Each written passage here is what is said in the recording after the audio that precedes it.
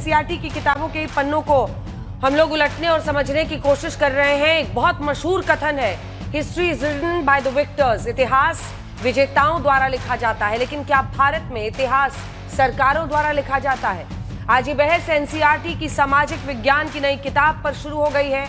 8वीं की किताब में मुगल पीरियड समेत मध्यकालीन भारत में हिंदू, जैन और बौद्धों पर हुए हमलों पर नया दृष्टिकोण सामने रखा गया है।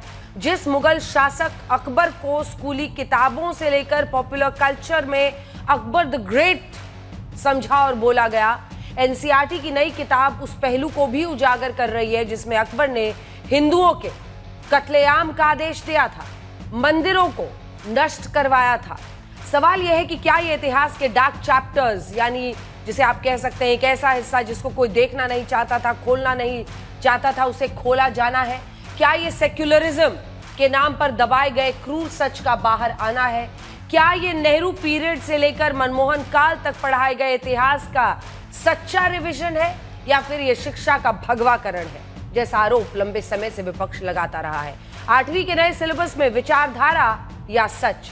आखिर नई शिक्षा नीति से भगवाकरण या शिक्षा का शुद्धिकरण? अल्लाह बोल में इसी पर चर्चा करेंगे, लेकिन पहले ये रिपोर्ट। स्कूल की किताबों में अकबर महान का पाठ हमने भारत के मुगलकालीन इतिहास का हिस्सा समझकर पढ़ा है, लेकिन एनसीईआरटी की 8वीं की सामाजिक विज्ञान की किताब में मुगलों वाला चैप्टर रिवाइज हो गया है।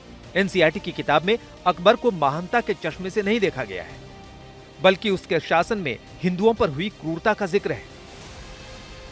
किताब में लिखा है कि चित्तौड़ पर मुगल सेना की विजय के बाद अकबर ने 30,000 नागरिकों के नरसंहार का आदेश दिया, जिससे जौहर से बची हुई महिलाएं और बच्चे मारे गए।